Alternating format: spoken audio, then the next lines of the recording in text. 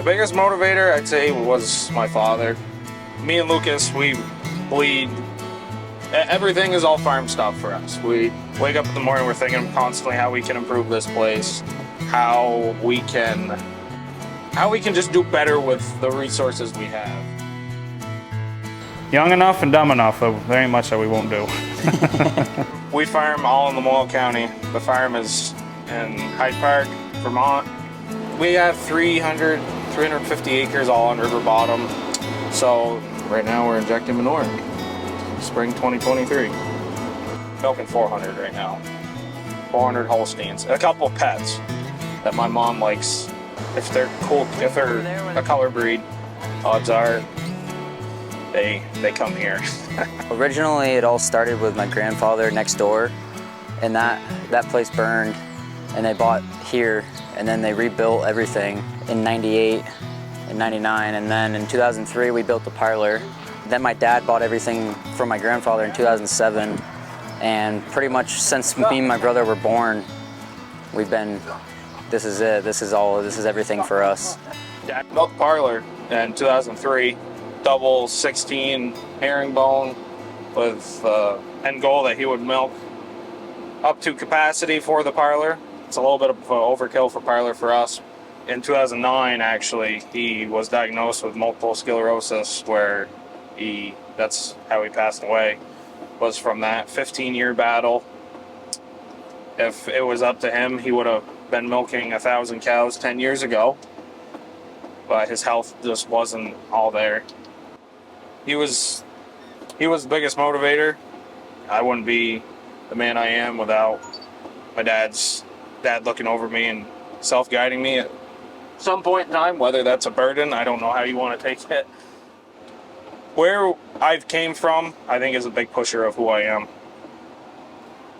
There was no dipping our toes in what we were doing from when our father's health turned for the complete worse. It was night and day that we had to change, and we're trying. Fight or flight. Yep. My brother went to Vermont Tech for dairy management. I went to SUNY Cobleskill for 2.5 years for dairy production and management. In my opinion, if you're going to go home and work for your home farm, get out for a couple of years. The amount of people I've met that do things differently, that deal with conditions that we don't deal with, and just running by questions at the simple capability of your cell phone. Cow comfort for us is huge. Half of the barn is all underwater beds. They're always on rubber. They never touch concrete unless they come out here to go to pasture. The way Dad looked at it is that they're still getting fed out there, and they can still get fed in here, and they have an option to go out. And the cows do like it outside. It's usually between 250 to 300.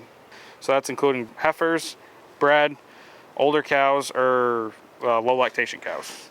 So in the summertime, they still get their feed in the barn, but they have full access to pasture except when the gates are closed, and that's for milking.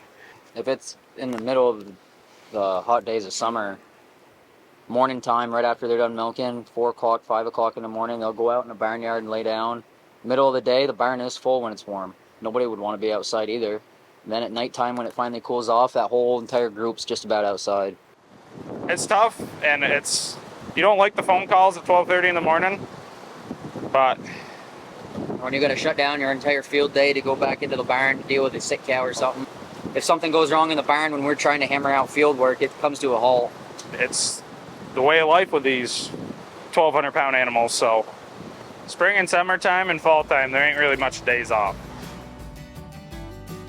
It's sad to see where dairy farming is going in Vermont. Farms going out every day. Like, even on this county, we have, in my town, 3 producers in Hyde Park that ship to DFA, and there's maybe 1 organic. 10 years ago, there was 20. A farm is always owned by some sorts of family members. They're not just trying to keep pushing the pounds out to flood the market. Nobody wants to do that.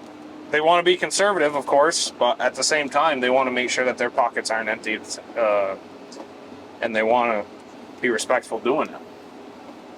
So as far as where the dairy numbers are going, Vermont it's tough to dairy farm in Vermont. It is. We're all in it for the same product, to sell milk, to sell grain at the end of the day, to sell whatever commodity that is.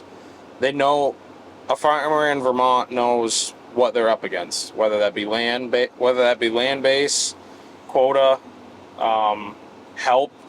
We're always trying to help another farmer out. We never want to wish bad about another farmer.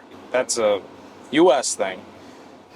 And Dad, he told us he never wanted to leave the farm. So when he passed away, we found a place for him, and that's where he lays. He's on farm in between the barns. And he's got three things. He's watching over the cabin pens, he gets to see all the milk cows, and he's watching the parlor all at the same time. we just want to continue what our last name has given us. Our old man, everything that we're telling you, that is pushed in our head completely. Yes, we're trying to grow with today's world, with new technology in the farm and stuff. We're not trying to push away, what we've learned from our grandfather and what we've definitely learned from our father. But at the same time, there is new things that can save you money and do better for the animals that are in the barn. And we had a great teacher, but we're young and we're just trying to do better new things too. Young and ambitious is still being sustainable. Curious with new things. We're always open-minded. We're never trying on a biased opinion, except for sand. I'll fight that today. Yeah, just because we do our own spreading. Dad just loved farming. He's kind of like me. It's all farm stuff for me. I enjoy it. I enjoy the drive. It's what keeps us, at least me, going.